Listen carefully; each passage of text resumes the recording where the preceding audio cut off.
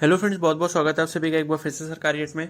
तो इस वीडियो में जो है हम लोग डिस्कस करने वाले हैं क्लास 9th के जो फिजिक्स के चैप्टर्स है उनका हम लोग रिवीजन कर रहे हैं। तो फिजिक्स के जो है मैंने ऑलरेडी 2 चैप्टर्स का रिवीजन आपको प्रीवियस वाली वीडियो में करा दिया था, और केमिस्ट्री के जितने भी चैप्टर्स हैं क्लास 9th और 10th के, तो उनके जो है मैं एमसीक्यूज प्रैक्टिस आपको करवा चुका हूँ। ठीक है, तो यहाँ पर क्वेश्चंस प्रैक्टिस करने का अभी हमारे पास टाइम नहीं है, तो इससे अच्छा यही है कि हम जो है थ्योरी पार्ट को जो है एक बार उसका ओवरव्यू ले लें कि उसमें इंपॉर्टेंट चीजें क्या है। तो वो जो है मैं आपको हर वीडियो में बता रहा हूँ, और ये जो है आपके लिए बहुत ही इंपॉर्टेंट है जो भी लैब अटेंडेंट या फिर लैब असिस्टेंट का एग्जाम दे रहे हैं। ठीक है, तो अगर आपने वो नहीं देखा होगा इसका पिछला वाला पार्ट, तो वो भी आप देख लेना, और बाकी केमिस्ट्री के आपको क्वेश्चंस देखते हैं तो वो भी आप देख लेना। उसकी मैंने एक कंबाइंड प्लेलिस्ट बना रखी है, उस प्लेलिस्ट का जो लिंक है वो मैंने कमेंट सेक्शन में पिन कर रखा है। ठीक है, तो प्रीवियस वाली वीडियो में भी हमने 2 चैप्टर्स करे थे, तो इस वीडियो में भी जो है हम लोग 2 चैप्टर्स का रिविजन करने वाले हैं। ओके तो चलिए स्टार्ट करते हैं। तो ये है चैप्टर नंबर 10, ग्रेविटेशन के बारे में इसमें बताया गया है। ठीक है, तो ग्रेविटेशन का मैं आपको पहले थोड़ा बेसिक बता देता हूं कि ग्रेविटेशन होता क्या है।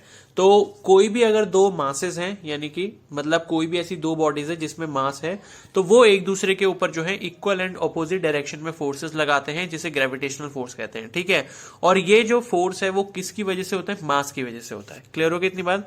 जैसे अगर अर्थ जो है वो रिवॉल्व कर रही है सन के चारों तरफ, ठीक है, इलिप्टिकल ऑर्बिट में, तो वो भी उसका रीजन भी ग्रेविटेशनल फोर्स है। मून जो है वो चारों तरफ अर्थ के रिवॉल्व कर रहा है, तो वो भी ग्रेविटेशन की वजह से ही कर रहा है। ठीक है समझ आ गई बात?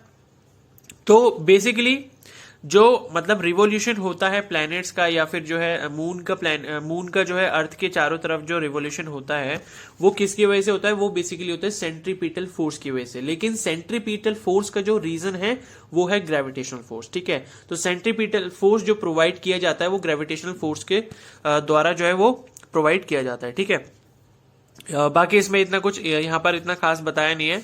उसके बाद जो है यहां पर हम पढ़ते हैं यूनिवर्सल लॉ ऑफ ग्रेविटेशन, जहां से आपसे ये एक्सप्रेशन पूछा जा सकता है। ठीक है, तो अब मान लो आपके पास 2 बॉडीज हैं, ए और बी। ठीक है, जैसे यहां पर आप देख सकते हो ए और बी 2 बॉडीज हैं यहां पर। तो अगर इनका मास जो है, ए वाली बॉडी का जो है कैपिटल एम है और बी वाली बॉडी का जो है स्मॉल एम, अगर हम मास लेते हैं और इन दोनों के जो सेंटर्स हैं उनके बीच का जो डिस्टेंस है वो हमने स्मॉल डी लिया है। ठीक है, तो आप ये याद रखना कि इन दोनों के ऊपर जो है एक दूसरे के ऊपर जो है ये लोग फोर्स लगाएंगे, यानी कि ए जो है वो बी पर फोर्स लगाएगा और बी जो है वो ए पर फोर्स लगाएगा, जिसे हम बोलेंगे ग्रेविटेशनल फोर्स। और वो किसकी वजह से होगा? इन दोनों के मासेस की वजह से। ठीक है, तो उसका जो फॉर्मूला होगा वो होगा F = GMM upon d square. ठीक है, अब G क्या होता है? G होता है ये कांस्टेंट होता है, जिसे हम बोलते हैं यूनिवर्सल ग्रेविटेशनल कांस्टेंट। ठीक है, इसकी वैल्यू के बारे में अभी हम लोग आगे डिस्कशन करने वाले हैं। तो एक चीज बस, ये वाला फॉर्मूला जो है इसका न्यूटन्स लॉ ऑफ ग्रेविटेशन वाला जो ये फॉर्मूला है, ठीक है, तो ये फॉर्मूला आप याद रखना। वैसे इसको आप ऐसे भी पढ़ सकते हो कि F = GM1m2 upon R square, जिसमें M1 एक बॉडी का मास है, M2 दूसरी बॉडी का मास है, और R जो है उन दोनों के बीच में डिस्टेंस है। ठीक है, बाकी इसकी यूनिट आपको पता ही है, न्यूटन होगी। और जी के बारे में भी हम लोग डिस्कस कर लेते हैं। ठीक है, तो यहां पर जो है जी की वैल्यू यहां पर आपको कैलकुलेट करके बता रखी है, ये देख सकते हो, लिखा है the value of G was found out by Henry Cavendish. ठीक है, तो ये मत सोचना ये जो लॉ है ये तो न्यूटन ने डिस्कवर किया था, लेकिन जो कैपिटल जी की वैल्यू है वो हेनरी कैवेंडिश ने बताई थी।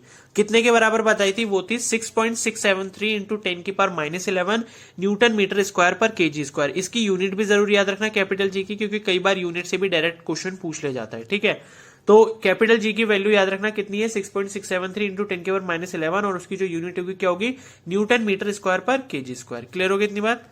ठीक है बाकी ये जो है इनवर्स स्क्वायर लॉ फॉलो करता है, जैसे कि अभी हमने फॉर्मूला देखा, नीचे क्या आता है? आर स्क्वायर आता है। ठीक है, तो जो फोर्स होता है वो इनवर्सली प्रोपोर्शनल होता है उसके डिस्टेंस, जो भी 2 बॉडीज है उनके डिस्टेंस के स्क्वायर के इनवर्सली प्रोपोर्शनल होता है। ठीक है, बाकी यहां पर एक न्यूमेरिकल्स और कराया है, तो आपको जो एक बार रीडिंग खुद से करने की तो जरूरत है।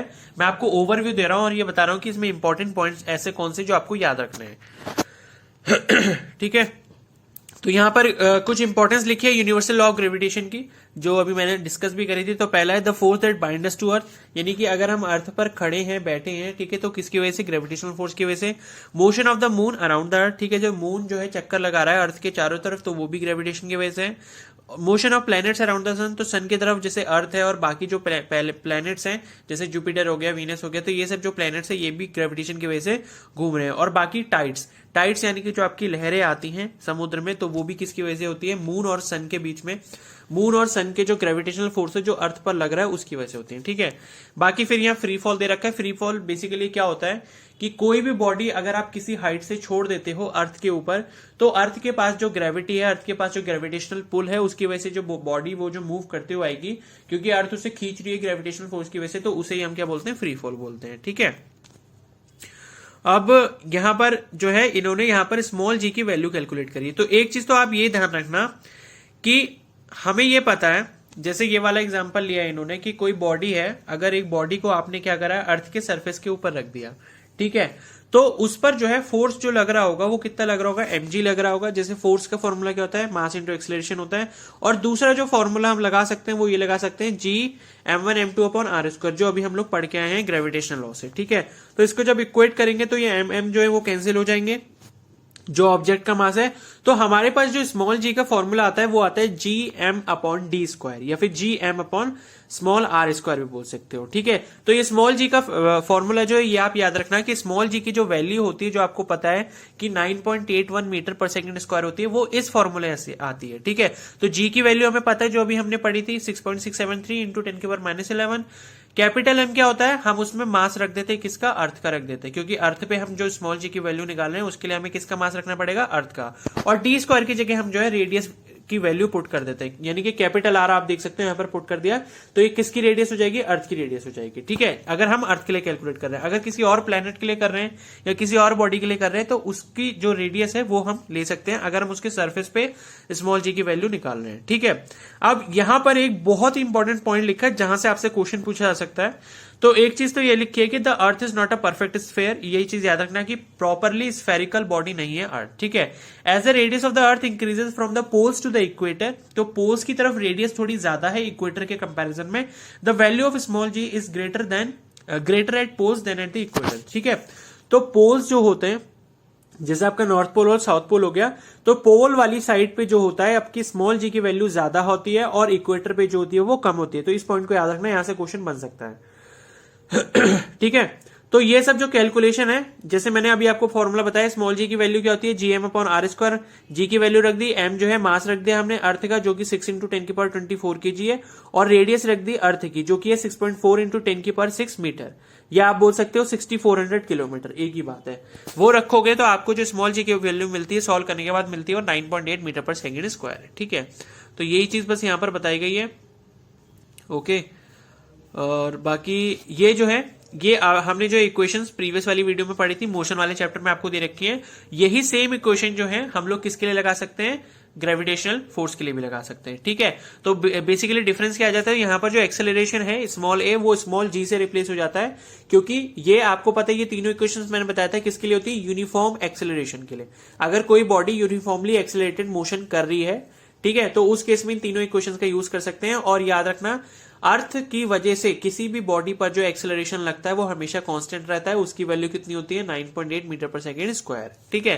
तो ये तीनों इक्वेशंस लगा सकते हैं, ए की जगह जी की वैल्यू हो जाएगी, ठीक है, यानी कि 9.8 मीटर पर सेकेंड स्क्वायर, ठीक है। तो बस यहां पर इतना ही बताया, बाकी न्यूमेरिकल्स यहां पर करा रखे हैं। फिर उसके बाद मास और वेट के बारे में बताया।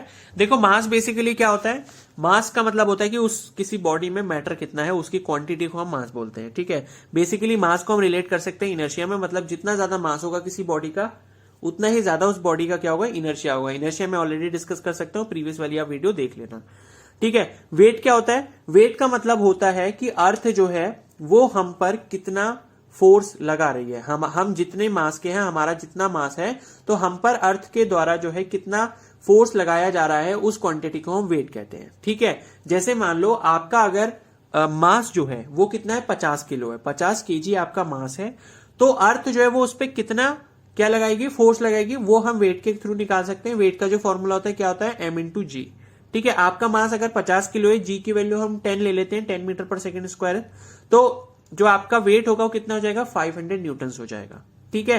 तो वेट की जो यूनिट होती है वो क्या होती है, न्यूटन होती है। तो इस चीज को याद रखना कि मास और वेट के बीच में अंतर यह है कि मास सिर्फ क्वांटिटी होती है मैटर की, और वेट जो है, वेट हमें यह बताता है कि कोई भी जहां पर आप खड़े हो, तो अर्थ पे अगर आप खड़े हो तो अर्थ आपके ऊपर जो है कितना फोर्स लगा रही है, ठीक है। अर्थ आपको अपनी तरफ कितने फोर्स से खींच रही है, ओके।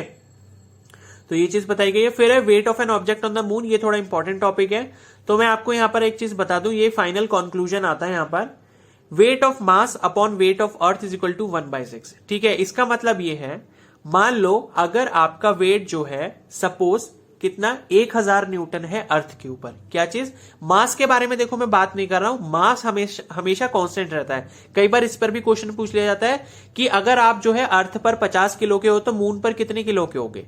ठीक है, तो मून पर भी 50 किलो के हो गए, यूनिवर्स में कहीं पर भी चला जाओ आपका मास जो है सेम रहेगा, कांस्टेंट रहेगा, 50 किलो के ही रहोगे आप पूरे ब्रह्मांड के अंदर।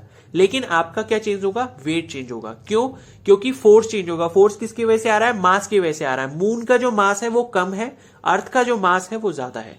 ठीक है, तो जो फोर्स अर्थ लगा रही है वो आप पर ज्यादा लगेगी, मून जो फोर्स लगाएगा वो आप पर कम लगेगी। तो यहां पर यही बताया गया है कि जो आपका अगर सपोज 1000 न्यूटन अर्थ के ऊपर है वेट, ठीक है, 1000 न्यूटन का फोर्स जो है अर्थ लगा रही है आपके ऊपर, उसे हम वेट बोलेंगे। तो ये जो फोर्स है अगर आप मून पर चले जाओगे तो ये हो जाता है 600 न्यूटन, यानी कि 1/6 हो जाएगा। क्लियर हो गई। एक बार और बता देता हूं, अगर सपोज आपका वेट जो है वो 100 न्यूटन है अर्थ के ऊपर, तो मून के ऊपर जाके कितना हो जाएगा, 60 न्यूटन हो जाएगा, 1/6 हो जाएगा। क्लियर हो गई इतनी बात। ठीक है, यहां पर लिखा है weight of the object on the moon upon weight of the object on the earth is equal to 1/6। ठीक है,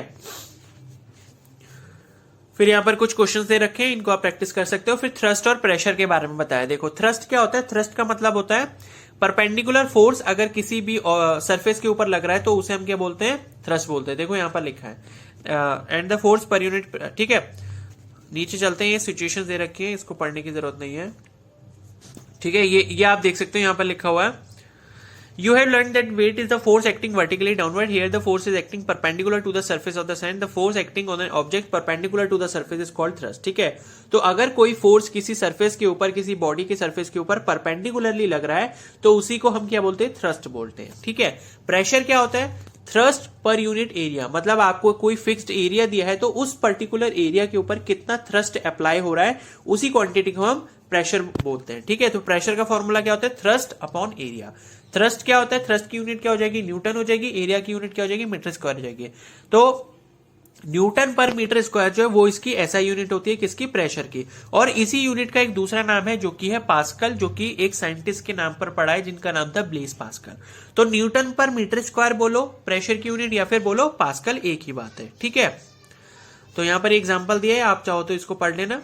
फिर है प्रेशर इन फ्लूइड्स। ठीक है, तो एक चीज ध्यान रखना कि फ्लूइड जो होते हैं वो कैसे प्रेशर लगाते हैं। फ्लूइड का मतलब देख लो क्या होता है, सभी लिक्विड्स और सभी गैसेस को हम लोग फ्लूइड्स बोलते हैं। ठीक है, तो फ्लूइड क्या करते हैं, फ्लूइड जिस भी कंटेनर में होता है, जैसे कोई लिक्विड है आपके पास, तो वो हर डायरेक्शन में इक्वल फोर्सेस लगाते हैं। ठीक है, तो ये चीज आप ध्यान रखना। ओके, फिर बायोंसी का कॉन्सेप्ट है। ठीक है, बायोंसी क्या होता है, बेसिकली जैसे आप स्विम कर पाते हो, स्विमिंग पूल में जब आप जाते हो तो पानी में जब आप स्विम करते हो तो पानी आपके ऊपर क्या करता है, एक अपवर्ड फोर्स लगाता है। ठीक है, या फिर आपने देखा होगा नाव जो तैरती है पानी के ऊपर वो किस वजह से तैरती है, बायोंसी की वजह से। ठीक है, तो नाव किस वजह से तैर रही है, क्योंकि पानी जो है एक अपवर्ड फोर्स लगा रहा है, अपवर्ड थ्रस्ट लगा रहा है आपके बोट के ऊपर, जिस वजह से आप जो है बोट को तैरा पाते हो। ठीक है, तो इसी फिनोमेना को हम बोलते हैं बायन फोर्स, या मतलब इसी जो ये जो प्रोसेस है इसको हम बोलते हैं बायोंसी। ठीक है, तो ये किसकी वजह से हो रहा है, बायन फोर्स की वजह से हो रहा है। ओके, और एक चीज यहां पर ये ध्यान रखना, देखो मैं अभी यहां पर आपको दिखाता हूं। ठीक है, ये देखो, ये एक बहुत इंपॉर्टेंट लाइन लिखी है कि therefore objects of density less than that of a liquid float on the liquid, the objects of density greater than that of a liquid sink in liquid. ठीक है, जैसे पानी है आपके पास, तो पानी में आप क्या कर रहे हो, आपने एक लकड़ी का जो है टुकड़ा डाल दिया और उतने ही मास का आपने क्या करा, एक कील ले ली जो कि लोहे की है। तो क्या होगा, कील जो होगी वो डूब जाएगी, लेकिन जो लकड़ी का टुकड़ा है वो क्या आपका तैरता रहेगा पानी के ऊपर। ठीक है, तो पानी की डेंसिटी कितनी होती है, 1000 kg पर मीटर क्यूब।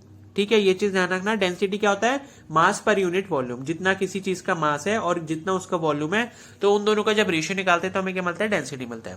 तो यहां पर ये बताया गया है कि जिस लिक्विड में आप कोई भी चीज डाल रहे हो, अगर वो चीज की डेंसिटी आपके लिक्विड से कम होगी तो वो जो ऑब्जेक्ट है वो क्या होगा, सिंक मतलब फ्लोट करेगा, तैरेगा।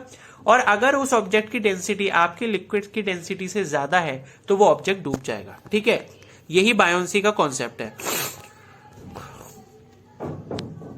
ठीक है। बाकी यहां पर एक आर्किमिडीज प्रिंसिपल दिया है, ये थोड़ा इंपॉर्टेंट है कि when a body is immerse fully और partially in a fluid it experiences an upward force that is equal to the weight of the fluid displaced by it. ठीक है, इसका मतलब क्या है कि अगर आपने पानी लिया, पानी में आपने क्या करा, एक प्लास्टिक की बॉल को थोड़ा सा डुबाया, आधा डुबा दिया, तो उसकी वजह से पानी का लेवल जितना ऊपर बढ़ेगा, यानी कि पानी जितना उस बॉडी से डिस्प्लेस हो रहा है, ठीक है, तो क्या बोलते हैं कि जो डिस्प्लेस हो रहा है उसका जो वेट होगा, ठीक है, जो भी आपका लिक्विड जो है, वो जो पानी डिस्प्लेस हुआ है, आपने जो प्लास्टिक की बॉल उसमें डाली है, तो जितना फ्लूइड डिस्प्लेस हुआ होगा उसका जो वेट है, उस वेट के बराबर ही उस बॉल के ऊपर क्या लग रहा होगा, अपवर्ड फोर्स लग रहा होगा।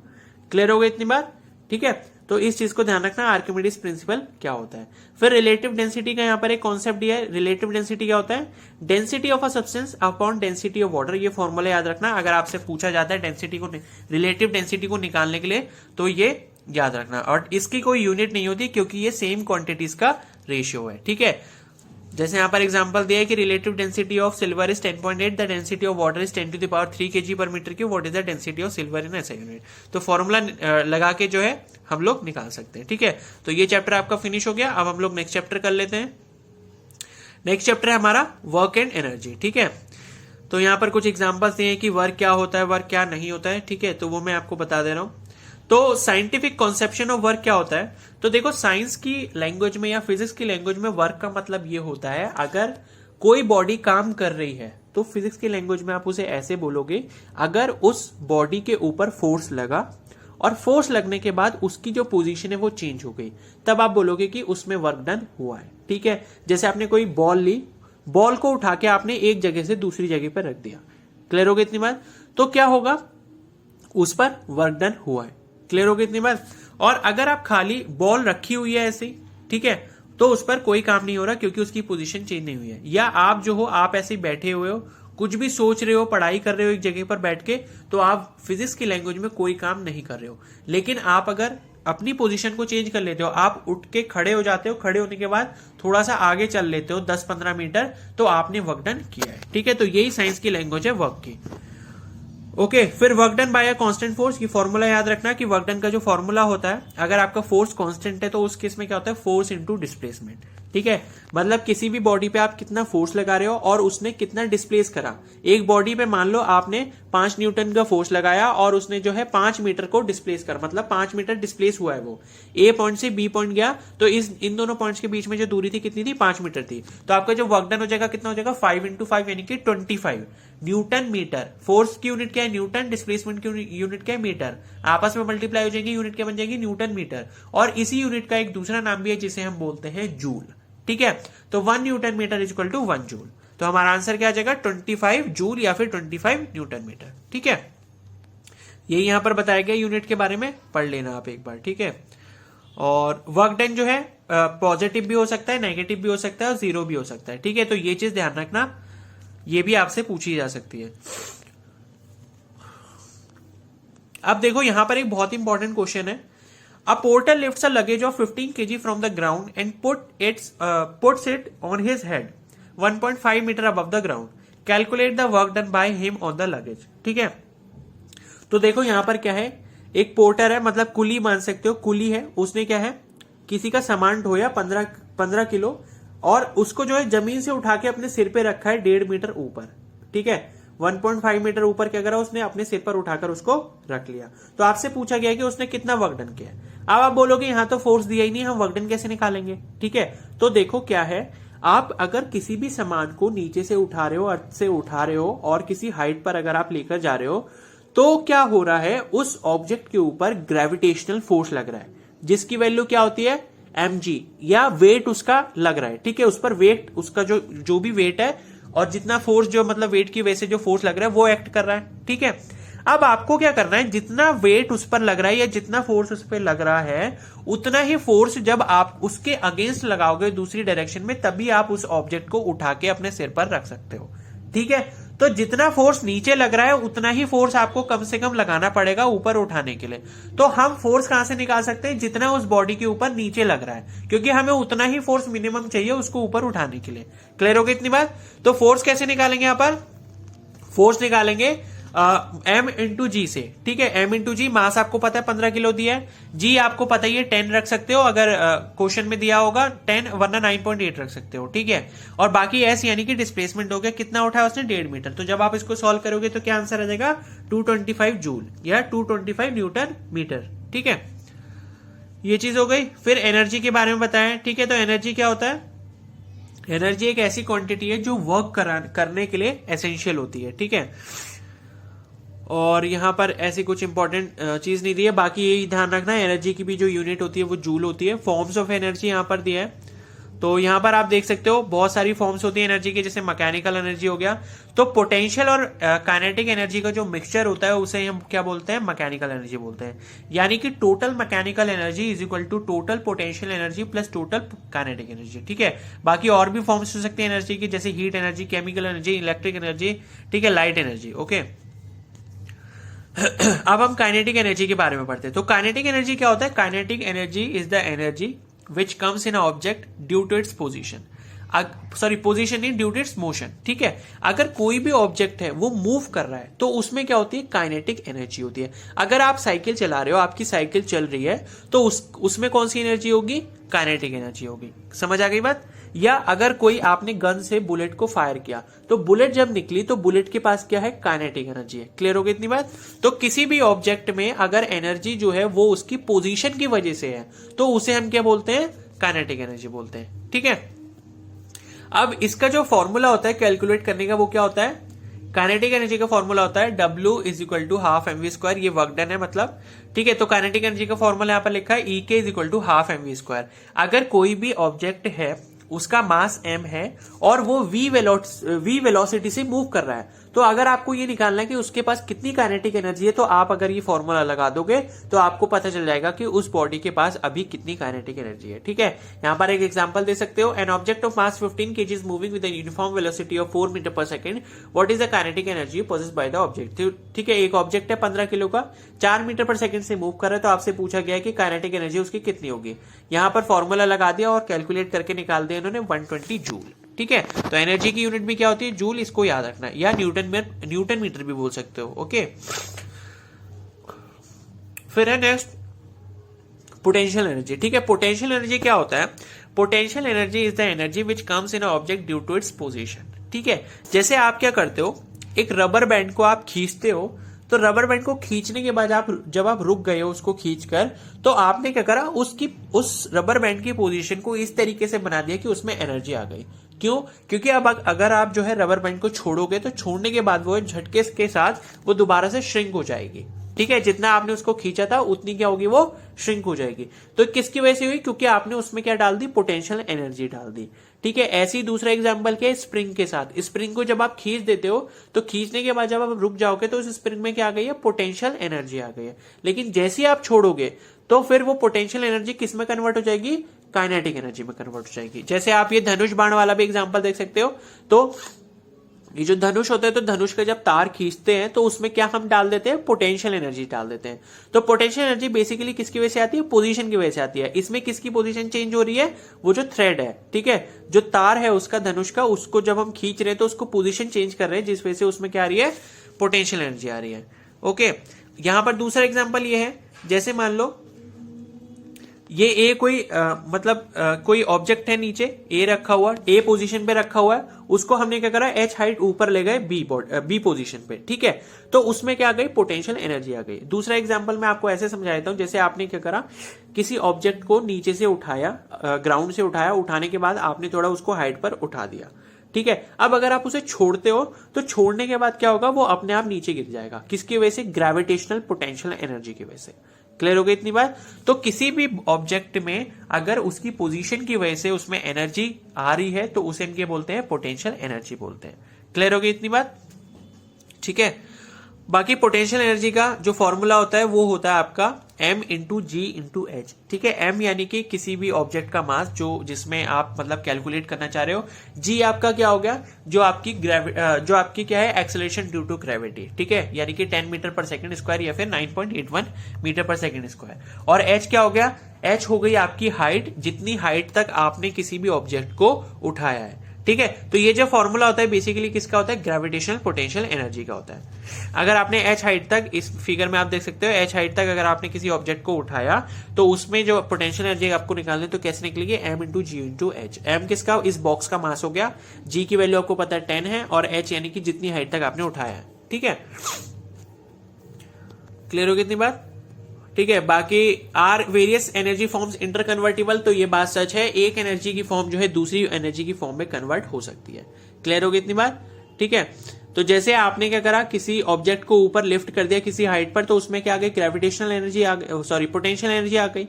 अभी क्या है, उसकी पोटेंशियल एनर्जी मैक्सिमम है लेकिन उसकी काइनेटिक एनर्जी जीरो है। जैसे ही आप ऑब्जेक्ट को छोड़ोगे तो छोड़ने के बाद क्या होगा, उसकी ग्रेविटेशनल पोटेंशियल एनर्जी जो है वो कम होने लग जाएगी और काइनेटिक एनर्जी बढ़ने लग जाएगी, क्योंकि उसमें वेलोसिटी आ गई है। ठीक है, तो अभी हमने काइनेटिक एनर्जी का एक्सप्रेशन पढ़ा था, क्या होता है, हाफ एम वी स्क्वायर। तो जितनी ज्यादा वेलोसिटी होगी किसी ऑब्जेक्ट में उतनी ज्यादा उसकी काइनेटिक एनर्जी होगी। ठीक है, बाकी यहां पर law of conservation of energy दिया, ये आप सभी को पता है। ये क्या है कि एनर्जी एक फॉर्म से दूसरी फॉर्म में ट्रांसफॉर्म हो सकती है, कन्वर्ट हो सकती है, लेकिन एनर्जी क्रिएट नहीं हो सकती और ना ही डिस्ट्रॉय हो सकती है। तो यही बेसिकली क्या है आपका law of conservation of energy. ठीक है, अब ये हमने देख लिया law of conservation of energy. तो आप यहां पर ये देख सकते हो। ठीक है, तो potential energy plus kinetic energy is equal to constant. यही चीज मैं अभी आपको समझा रहा था कि आपने ऑब्जेक्ट को उठाया तो उसकी पोटेंशियल एनर्जी तब मैक्सिमम होगी, काइनेटिक एनर्जी जीरो होगी। जैसे ही छोड़ोगे आप उसको तो पोटेंशियल एनर्जी उसकी कम होने लग जाएगी, क्योंकि हाइट कम होती जा रही है, और काइनेटिक एनर्जी उसकी बढ़ती जाएगी क्योंकि वेलोसिटी बढ़ती जा रही है। फिर जब फाइनली जो ऑब्जेक्ट है वो अर्थ पर आकर गिर जाएगा तो उसकी जो है, जब जैसे ही गिरने वाला होगा तब उसकी काइनेटिक एनर्जी मैक्सिमम होगी और पोटेंशियल बिल्कुल ऑलमोस्ट जीरो हो जाएगी। ठीक है, और काइनेटिक एनर्जी और पोटेंशियल एनर्जी के सम को ही क्या बोलते हैं हम, टोटल मैकेनिकल एनर्जी।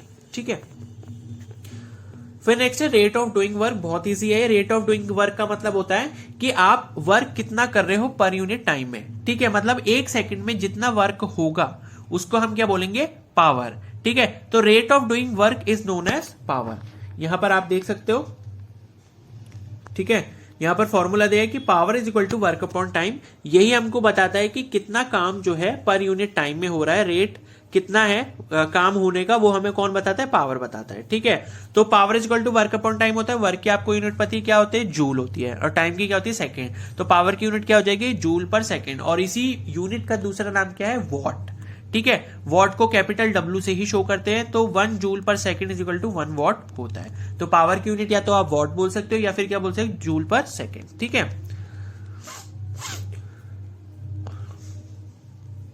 और यहां पर मैं एक बहुत ही इंपॉर्टेंट चीज आपको बताना चाहूंगा, कॉमर्शियल यूनिट ऑफ एनर्जी। ठीक है, जैसे आपके घर में जो है बिजली का बिल जब आता है तो आपके घर में डिस्कशन होता होगा कि इस बार जो है हमारे घर का जो बिल है, महीने का जो बिल है वो 200 यूनिट आया है या 300 यूनिट आया है। ठीक है, तो जो हम वो यूनिट बोलते हैं उस 1 यूनिट का मतलब होता है 1 किलोवाट आवर। ठीक है, 1 commercial unit of energy is equal to 1 kilowatt hour. ठीक है, साइंस के टर्म्स में अगर हम उस 1 यूनिट को बोले तो क्या बोलेंगे, 1 किलोवाट आवर। क्लियर हो गई इतनी बात। तो हम अगर ये बोलते हैं कि 200 यूनिट जो बिल आया है हमारे घर का इस महीने, तो हम ये बोल सकते हैं कि 200 किलोवाट आवर जो है वो कंजम्पशन हुआ है एनर्जी का। ठीक है, या पावर का जो कंजम्पशन हुआ है वो कितना हुआ है, 200 किलोवाट आवर हमारे इस महीने में। ठीक है, अब एक चीज ध्यान रखना कि 1 किलोवाट आवर को आपसे जूल में कन्वर्ट करने के लिए पूछ सकता है। ये क्वेश्चन इतना मतलब बहुत ज्यादा फेमस क्वेश्चन है कि हर एग्जाम में मोस्टली पूछा ही जाता है। तो जैसे मैं बता रहा हूं तो ये क्वेश्चन भी आपसे पूछा जा सकता है कि 1 किलोवाट आवर में कितने जूल्स होते हैं, तो आपको याद रखना है 3.6 इंटू 10 की पावर 6 जूल। ठीक है, इसको याद कर लो, वरना यहाँ कैलकुलेट करके भी दे रखा है, वो कैलकुलेशन भी आप देख सकते हो। ठीक है, तो 1 किलोवाट आवर में कितने जूल्स होते हैं अगर आपसे कोई पूछेगा, 3.6 इंटू 10 की पावर 6 जूल। ठीक है, तो बस यही चीज ध्यान रखना। ओके, बस यहीं तक जो है ये चैप्टर था, ये चैप्टर भी हमारा फिनिश हो गया। ओके, तो आई होप आपको जो है मजा आया होगा। काफी सारी इंपॉर्टेंट चीजें जो है मैंने आपके साथ डिस्कस कर ली है।